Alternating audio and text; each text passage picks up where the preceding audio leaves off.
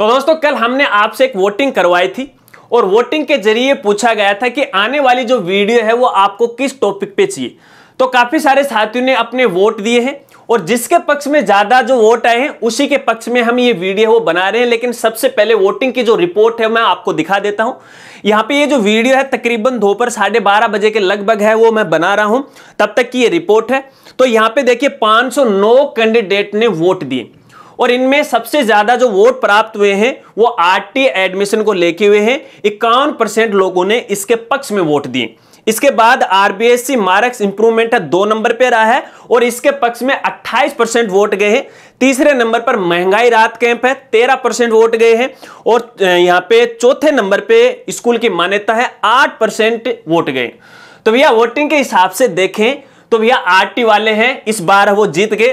तो भैया देखिए इस वीडियो में तो आरटी के बारे में बताने वाला हूं, लॉटरी के बाद की प्रोसेस है और रिपोर्टिंग के बाद की प्रोसेस है और कुछ यहां पे स्कूल साथियों के अभिभावकों के कुछ क्वेश्चन हैं उनको इस वीडियो में मैंने यहां पे शामिल किया है। लेकिन अन्य साथियों ने यहां पे जो अपना वोट दिया है तो वो भी टेंशन मत लीजिएगा।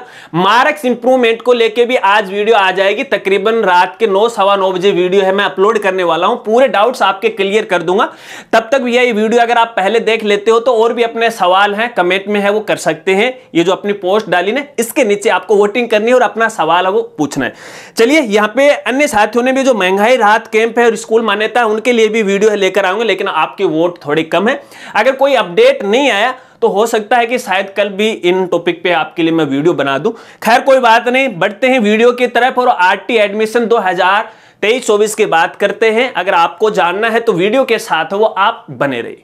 नमस्कार साथियों, मैं हूं आपका अपना साथी राजगुरु जी और आप देख रहे हैं राज स्कूल हेल्प यूट्यूब चैनल। तो दोस्तों मैं यहां पे देखिए आपके सवाल है वो ले लेता हूं क्योंकि यहां पे लिख रखे हैं, वैसे मेरे भी तो याद नहीं रहता है, लेकिन एक जानकारी मैं आपको देना चाहूंगा। सबसे पहले देखिए जिन साथियों ने अभी तक रिपोर्टिंग नहीं की है तो वो रिपोर्टिंग है वो कर दीजिएगा। अब रिपोर्टिंग करने के लिए आपको किसी ई मित्र या कंप्यूटर सेंटर पर जाने की कोई आवश्यकता नहीं है। आपके पास अपना खुद का मोबाइल है उससे आप कर सकते हो। इसके लिए मैं ऑलरेडी वीडियो वो बना चुका हूं। हालांकि मेरी जो वीडियो है वो तकरीबन 10-15 मिनट की है और आप ये जो रिपोर्टिंग है ओनली 2 से लेके 3 मिनट में कर सकते हो, क्योंकि यार वीडियो में मुझे काफी बातें हैं गहराई से आपको बतानी होती हैं तो ऐसे में वीडियो लंबी हो जाती है। लेकिन जो रिपोर्टिंग है आप तुरंत कर सकते हो 2-3 मिनट में, ठीक है ना। मोबाइल एप्लीकेशन है उससे भी आप कर सकते हो, वेब पोर्टल से भी आप कर सकते हो। हाँ यहाँ पे एक बार क्या है कि पोर्टल पर थोड़ी सी टेक्निकल समस्या है तो ये थोड़ी समस्या आ सकती है, बाकी आप आराम से कर सकते हो। चलिए कोई बात नहीं। अब यहाँ पे एक सबसे बड़ा सवाल लेता हूं। काफी सारे साथियों ने इस बारे में पूछा है कि जिन कैंडिडेट का यहाँ पे देखिए सेशन 2022-23 में आरटी का तहत है प्रवेश हो चुका है तो क्या उनका प्रवेश बने रहेगा या फिर नहीं रहेगा। तो दोस्तों यहाँ पे अगर नियमों की बात करें तो उनका जो एडमिशन है वो बना रहेगा। लेकिन कुछ एक ऐसे अभिभावक भी हैं जिन्होंने 2022-23 में भी एडमिशन के लिए आवेदन किया था, एडमिशन हो चुका था, लेकिन किसी वजह से, वो वजह कोई भी हो सकती है, स्कूल वाले मना कर सकते हैं, अभिभावक को स्कूल पसंद नहीं आएगी, तो यहाँ पे देखिए सेशन 2023-24 के लिए फिर से उन्होंने आवेदन कर दिया, लॉटरी में भी नंबर आ गया, तो यहां पे देखिए वो पुनः रिपोर्टिंग कर सकते हैं। अगर आप दोबारा रिपोर्टिंग करोगे ना तो पहले वाला जो एडमिशन है वो हट जाएगा और नए वाली स्कूल में पुनः नए सेशन से आपका आरटी के तहत वो एडमिशन है वो हो जाएगा, ठीक है। चलिए अब इसके बाद यहां पे देखिए काफी सारे जो अभिभावक ये जानना चाहते हैं कि जो रिपोर्टिंग है वो कैसे करना है, यानी किसको करना है, स्कूल वालों को करना है या फिर खुद अभिभावकों को करना है। यहां पे जो सवाल लिखे हैं मैं मेरी भाषा में आपको समझाने की कोशिश कर रहा हूं, आसान भाषा में, बाकी साथियों ने तो अलग अलग तरीके से पूछे। तो देखिए मैं आपको यहां पे बताना चाहूंगा ये जो रिपोर्टिंग है ना केवल और केवल अभिभावक को ही करना पड़ेगा। लेकिन बहुत सारे ऐसे स्कूल साथी हैं जो किसी अभिभावक के बालक बालिका खुद ही आवेदन फॉर्म भरते हैं तो वो खुद भी कर लेंगे, ठीक है ना। लेकिन अगर आपसे आपका जो स्कूल के साथ अगर कोई संपर्क नहीं है तो भैया रिपोर्टिंग तो अभिभावक को करना पड़ेगा और तय सीमा पे आपको करना पड़ेगा। जो टाइम फ्रेम है ना वो आपको खास तौर पे ध्यान रखना है। लास्ट डेट अभी तक 2 जून है ना, टाइम फ्रेम को ध्यान रख लेना, उसी के अनुसार आपको यहां पे चलना है और खुद आप रिपोर्टिंग है वो कर सकते हैं। चलिए इसके बाद यहां पे अगला सवाल ये पूछ रहे हैं कि कौन कौन से यहां पे नंबर है वो ठीक रहेंगे। नंबर का मतलब है कि मेरे बालक बालिका का जो लॉटरी नंबर है किसी स्कूल में 2 नंबर पे आया है, किसी में 10 में आया है, किसी में आगे भी आया है, तो कौन से नंबर वाले जो लॉटरी है उस पर हमें रिपोर्टिंग करनी चाहिए। तो देखिए दोस्तों, जहां तक मेरी राय है, जहां तक मेरा अनुभव है, तो जिस स्कूल के अंदर सबसे कम रिपोर्टिंग नंबर आ रहे हैं, मेरे ख्याल से आपको उस स्कूल के अंदर एडमिशन है वो करना चाहिए, या फिर रिपोर्टिंग है वो आपको करनी चाहिए। अब देखिए, इसका मतलब ये नहीं है कि किसी स्कूल के अंदर फॉर एग्जांपल मान लीजिए आपके बालक या बालिका का जो लॉटरी नंबर है वो 10 नंबर आ गया, ठीक है, और अन्य स्कूलों के अंदर है कोई 20 पे जा रहा है, कोई 50 पे जा रहा है, तो ये जरूरी नहीं है कि 10 नंबर वाली स्कूल के अंदर आपके बालक या बालिका का आरटी के तहत एडमिशन हो ही जाएगा, क्योंकि ये डिपेंड करता है नॉन आरटी के सीटों के आधार पर। उस स्कूल के अंदर जिस क्लास में आपने आवेदन किया, नॉन आरटी की सीटें कितनी हैं, उसका वहां पे देखिए 25% हैं वो आरटी के तहत एडमिशन होंगे। तो कम वाले में आप आवेदन कर सकते हो, लेकिन इसकी भी कोई पक्की गारंटी नहीं है, ये सिर्फ आपकी किस्मत है, होता है तो बहुत अच्छी बात है, ठीक है। चलिए, इसके बाद यहां पे आगे पूछ रहे हैं कि रिपोर्टिंग करने के बाद हमें कौन कौन से जो दस्तावेज हैं वो या तो स्कूल में जमा कराने चाहिए या फिर रिपोर्टिंग के समय हमें ऑनलाइन अपलोड करने चाहिए। तो यहां पे मुझे ऐसा लग रहा है कि बहुत सारे ऐसे हमारे जो साथी हैं जो बार बार हमारी वीडियो देख रहे हैं लेकिन कंप्लीट नहीं देख रहे, क्योंकि अब तक जितनी भी मैंने आरटी की वीडियो बनाई ना, उसमें हर एक बात मैं क्लियर करने की कोशिश करता हूं। अक्सर हमारी वीडियो इसीलिए है वो लंबी हुआ करती है, और ये भी लंबी जा रही है वीडियो, क्योंकि काफी सारे सवाल हैं। अब मेरे से बताए बिना रुके नहीं जाता, मैं नहीं चाहता कि अपनी वीडियो के नीचे वो कमेंट आए। खैर कोई बात नहीं। तो देखिए, जब आपने आवेदन किया था ना, तो उस समय आपने कुछ से डॉक्यूमेंट तो अपलोड किए होंगे ना, जैसे यहाँ पे जन्म प्रमाण पत्र है, या फिर आधार कार्ड है, मूल निवास है, जाति प्रमाण पत्र है, आय प्रमाण पत्र वगैरह वगैरह तो किए होंगे ना। तो भैया आपको दोबारा डॉक्यूमेंट रिपोर्टिंग के समय है अपलोड नहीं करने पड़ेंगे, ऐसा कोई ऑप्शन आपको यहां पे देखने को नहीं मिलेगा, क्योंकि डॉक्यूमेंट आपने आवेदन के समय है वो अपलोड कर दिए, एक बार ही आपको अपलोड करना पड़ता है। अब इसके बाद जैसे मान लीजिए आपने किसी स्कूल में रिपोर्टिंग कर दी, तो क्या उसके बाद ये जो दस्तावेज है जो हमने ऑनलाइन अपलोड किए थे, क्या उस स्कूल में जमा करवाने? नहीं भैया, फिलहाल आपको कोई भी जमा नहीं करवाना है। जब तक आपके बालक या बालिका का एडमिशन फाइनल नहीं हो जाए, तब तक स्कूल वालों को कुछ भी नहीं देना। और यहां पे स्कूल वालों को भी मैं कहना चाहूंगा, देखिए, आप केवल जो ऑनलाइन डॉक्यूमेंट अपलोड किए गए हैं गार्जियन के द्वारा, उनको आधार मानते हुए अपने डॉक्यूमेंट का वेरिफिकेशन आपको करना है, ठीक है ना। ये नहीं कि आप गार्जियन से मंगवा लो, अरे डॉक्यूमेंट तो अपलोड कर दिए हैं, एक बार तो वेरिफिकेशन की प्रोसेस चल रही है। वेरिफिकेशन का मतलब ये नहीं हो जाता है कि आपके बालक या बालिका का या उस स्टूडेंट का आपके स्कूल के अंदर एडमिशन हो चुका है। डॉक्यूमेंट वेरिफिकेशन की ये प्रोसेस है। तो कोई भी दस्तावेज आपको फिलहाल की स्थिति में नहीं देना है। दस्तावेज आपको तब देने हैं जब स्कूल की तरफ से फाइनल एडमिशन हो जाता है, क्योंकि फाइनल एडमिशन होने में और समय है वो लगेगा। नॉन आरटी की सीटों के आधार पर है, ऑटोमेटिक एडमिशन होते जाएंगे, जिसकी सूचना स्कूल पोर्टल पे आ जाएगी, और उसके बाद स्कूल वाले हैं तकरीबन शायद संपर्क कर लेते हैं कि भैया आपके डॉक्यूमेंट है वो लेके आ जाए। और कुछ ऐसे मेरे जैसे बेकार होते हैं ना, वो संपर्क नहीं करते, नहीं मुझे कोई लेना देना नहीं है ना, तो वो एक अलग बात हो जाती है। तो कोई डॉक्यूमेंट आपको यहां पे नहीं देना है। इसके बाद बहुत सारे अभिभावकों की ये शिकायत है कि जब हमने आवेदन किया था तो कैटेगरी है ना, जैसे SC ST OBC, उसमें किसी प्रकार की गलती रह गई, तो अब उस कैटेगरी को कैसे अपन अपडेट कर सकते हैं या संशोधन कर सकते हैं। तो दोस्तों यारो, अगर आपने वीडियो देखी तो मेरी वीडियो के अंदर जब वो आवेदन प्रोसेस में बता रहा था, उसमें एक बार नहीं, कम से कम मेरे ख्याल से 5 बार मैंने इस बात को दोहराया था, गलती मत करना वरना बाद में समस्या आएगी। और ये समस्या आ चुकी है। या तो आप मेरे रेगुलर व्यूअर नहीं हो, अगर हो तो वीडियो आपने कंप्लीट है वो नहीं देखी है, अगर देखी भी है तो आपने उसको समझा नहीं है और फॉलो नहीं किया। तो भैया फिलहाल की स्थिति के अंदर कैटेगरी में संशोधन नहीं होगा, क्योंकि आपको पता है कि जब ये आवेदन होते हैं तो 2 चीजों पे डिपेंड करता है, एक तो बालक की एज के ऊपर और एक बालक की कैटेगरी के ऊपर। SC ST है, OBC जनरल कैटेगरी है, उसके आधार पर ये एडमिशन होता है। मान लीजिए आपने पहले SC को सिलेक्ट किया फॉर एग्जांपल, और SC के मुताबिक यहां आपने कास्ट सर्टिफिकेट OBC का लगा दिया, तो भैया पोर्टल तो SC के आधार पर बच्चे का सिलेक्शन करेगा ना, या लॉटरी निकालेगा ना, तो ये गलती तो हो गई। अब उसे वो कैसे चेंज कर सकता है? अगर आप हेल्पलाइन पर भी बात करोगे या मेल करोगे तो भी उनका आपको जवाब नहीं मिलेगा, क्योंकि फिलहाल वो इसको चेंज नहीं कर सकते। लेकिन फिर भी मैं आपको कहना चाहूंगा, इस आधार पे आपको ज्यादा टेंशन नहीं लेनी है। अगर स्कूल वाले तो वैसे ही देखिए डॉक्यूमेंट रिजेक्ट नहीं कर सकते, वो रीअपलोड करवा सकते हैं।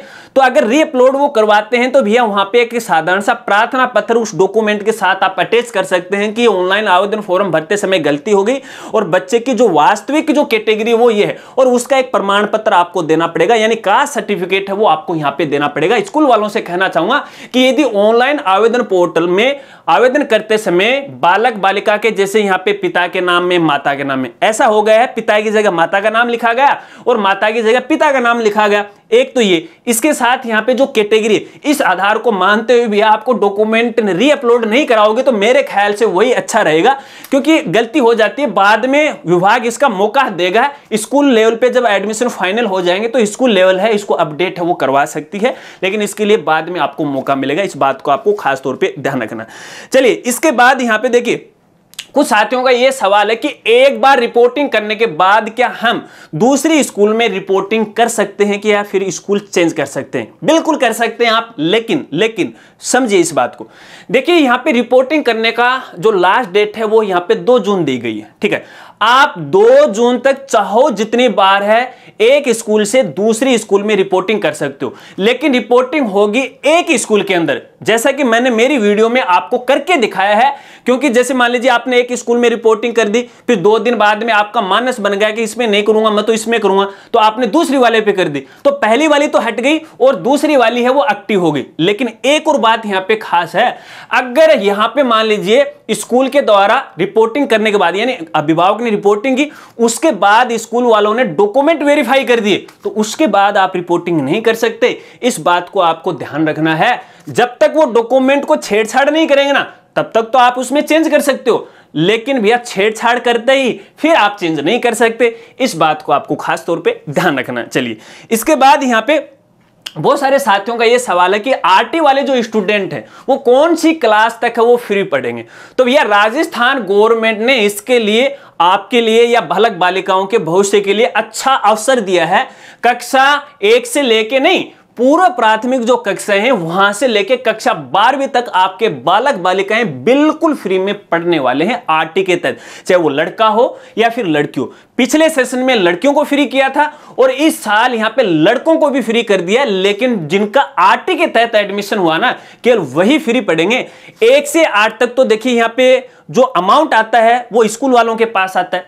उसके बाद यहां पे कक्षा 9 से लेके आगे की कक्षा के लिए अगर आपको फ्री में पढ़ाना है तो उसके लिए आपको अलग से आवेदन करना पड़ता है, ठीक है ना। तो वो जो पैसा है ना वो अभिभावक के खाते में आता है, अभिभावक स्कूल वालों को पैसा देगा, लेकिन वो पैसा ना वो थोड़ा सा कम है, कई स्कूलों में फीस ज्यादा है और विभाग है वो कम देता है, तो फ्री पड़ेगा 1 से 12 तक, ठीक है ना। चलिए इसके बाद यहां पे कई साथियों ने पूछा है कि डॉक्यूमेंट री अपलोड करने के बाद हम कैसे तो वेरीफाई करें या फिर आगे क्या करना पड़ेगा। मान लीजिए यहां पे डॉक्यूमेंट करेक्शन के लिए वापस स्कूल के द्वारा भेजा जाता है, तो जो भी रिमार्क उन्होंने डाला है, जो भी कमी निकाली है, उसकी कमी को आपको पूर्ति करते हुए डॉक्यूमेंट है आपको अपलोड करना है, वापस अपलोड हो जाएंगे। इसकी भी एक निश्चित डेट है, टाइम फ्रेम का आपको खास तौर पे ध्यान रखना है। लेकिन यहां पे देखिए आगे की क्या प्रोसेस है, फिर स्कूल के द्वारा फिर से यहां पे डॉक्यूमेंट है वो वेरीफाई किए जाएंगे, लेकिन इस बार डायरेक्ट स्कूल वेरीफाई नहीं कर सकती। इस बार यहां पे देखिए सीबीओ के द्वारा स्कूल वाले रिक्वेस्ट करेंगे कि भैया इस अभिभावक के द्वारा बालक बालिका के दोबारा डॉक्यूमेंट है री अपलोड किए गए हैं, कृपया वेरिफिकेशन कीजिएगा, तो वो यहां पे सीबीओ के द्वारा वेरीफाई होंगे। कहने का मतलब है किसी भी हालत में स्कूल के द्वारा आपके डॉक्यूमेंट को रिजेक्ट नहीं किया जाएगा। यदि वो गलत है तो उस पर ऑब्जेक्शन लगाया जा सकता है, लेकिन एडमिशन को जो आपने रिपोर्टिंग की है ना उसको वो कैंसिल नहीं कर सकते, ठीक है। चलिए कोई बात नहीं। इसके बाद काफी सारे साथियों का यह सवाल है कि हमें कैसे पता चलेगा कि किस स्कूल में कितनी सीटें। हाँ, ये बड़ा अच्छा सवाल है और भैया ये जानकारी तो है आपको कोई भी नहीं दे सकता, ना तो यहां पे विभाग देगा, ना स्कूल वाले देंगे, ना कोई देगा और ना मैं दे सकता हूं, क्योंकि इसकी कोई पक्की गारंटी नहीं है। वो इसलिए नहीं है क्योंकि आपको पता है कि फॉर एग्जांपल आज किसी स्कूल के अंदर 10 स्टूडेंट हैं वो नॉन आरटी के, और नॉन आरटी के आधार पर यहां पे 25% अगर निकालें किसी क्लास का तो तकरीबन 3 स्टूडेंट का रेशियो बैठता है, तो 3 स्टूडेंट तो आरटी के तहत पढ़ेंगे, ठीक है, उनमें से, और 10 स्टूडेंट हैं वो नॉन आरटी के तहत हो गए। अब उस स्कूल में नॉन आरटी के स्टूडेंट की संख्या 2 ही है या फिर 5 ही है, तो उसका 25% निकाल लो ना। तो अब जरूरी नहीं है, देखिए अभी क्या है कि यहां पे मई का मंथ है वो चल रहा है, जून आ जाएगा, तो इस माह के अंदर है, ये जरूरी नहीं है कि उस स्कूल में नॉन आरटी के स्टूडेंट का एडमिशन हो ही जाएगा। वो आज भी हो सकता है, वो 5 दिन बाद भी हो सकता है, 15 दिन भी हो सकता है। अब जैसे जैसे नॉन आरटी वाले स्टूडेंट की वो एंट्री आपके स्कूल वाले पोर्टल पे करते रहेंगे ना, वैसे वैसे आगे की जो लॉटरी क्रमांक उनके या सीरियल नंबर आए उनके एडमिशन ऑटोमेटिक होते चले जाएंगे। इस बात को स्कूल भी ध्यान रखें और अभिभावक है वो भी ध्यान रखें। चलिए, इसके बाद यहाँ पे अभिभावकों के सवाल तकरीबन कंप्लीट हो गए हैं। इसके अलावा अभिभावकों और भी कोई सवाल है तो कमेंट करके पूछ लेना, आने वाली वीडियो में जानकारी दे दूंगा। उसके बाद यहाँ पे देखिए कई स्कूल साथियों के छोटे छोटे सवाल हैं कि सर यहाँ पे देखिए जो वेरीफाई और जो ऑब्जेक्शन का जो ऑप्शन यहां पे आ रखा है तो वो सेशन 2023-24 के लिए है ही नहीं, आप गलत तरीके से देख रहे हो भैया, बिल्कुल है। यहां पे देखिए आपको दस्तावेज वेरिफिकेशन PP आ रखा है, तो ये 23-24 के लिए ही है यहाँ पे, है ना। जो PP फैस है वो 23-24 के लिए, आराम से कीजिएगा, आराम से आप यहाँ कर सकते हो, ठीक है। अब कुछ बोल रहे हैं कि डॉक्यूमेंट वेरीफाई कैसे करें, तो भैया डॉक्यूमेंट आपके सामने है, बच्चे पे क्लिक कीजिएगा, लिस्ट आपको दिखाई देगी, वहां पे क्या डॉक्यूमेंट अपलोड किए हैं आराम से देखिएगा, अपने कंप्यूटर PC में सेव कीजिएगा, और गलती लग रही है तो ऑब्जेक्शन लगा दीजिएगा, अगर गलती नहीं है तो वेरीफाई कर दीजिएगा। सारे डॉक्यूमेंट पे वेरीफाई करने के बाद लास्ट में सेव कर देना, डॉक्यूमेंट वेरीफाई हो जाएंगे। अगर आप उसे वेरीफाई नहीं करते हो, कोई छेड़छाड़ नहीं करते हो, तो फिर पोर्टल ऑटोमेटिक वेरीफाई कर देगा निश्चित डेट के बाद। इस बात को भी आपको ध्यान रखना। चलिए, इसके बाद यहां पे कुछ बोल रहे हैं कि पोर्टल पर डॉक्यूमेंट वेरिफिकेशन का ऑप्शन ही नहीं आ रखा है। हालांकि मैंने पहले वाले क्वेश्चन के अंदर इसको शामिल कर लिया, भैया आ रखा है, PP वाला है, उसको आप शामिल कर लीजिएगा। बस यही सवाल है। बाकी अगर स्कूल साथियों की और भी कोई सवाल है तो कमेंट कीजिएगा, मैं आपकी पूरी हेल्प करने की कोशिश करूंगा। और इसके अलावा यदि आपको वीडियो अच्छी लगी हो तो वीडियो को लाइक कर देना और शेयर कर देना। आप देखिए आपकी रिक्वेस्ट के ऊपर मैं ये वीडियो लेकर आया हूं, ठीक है ना।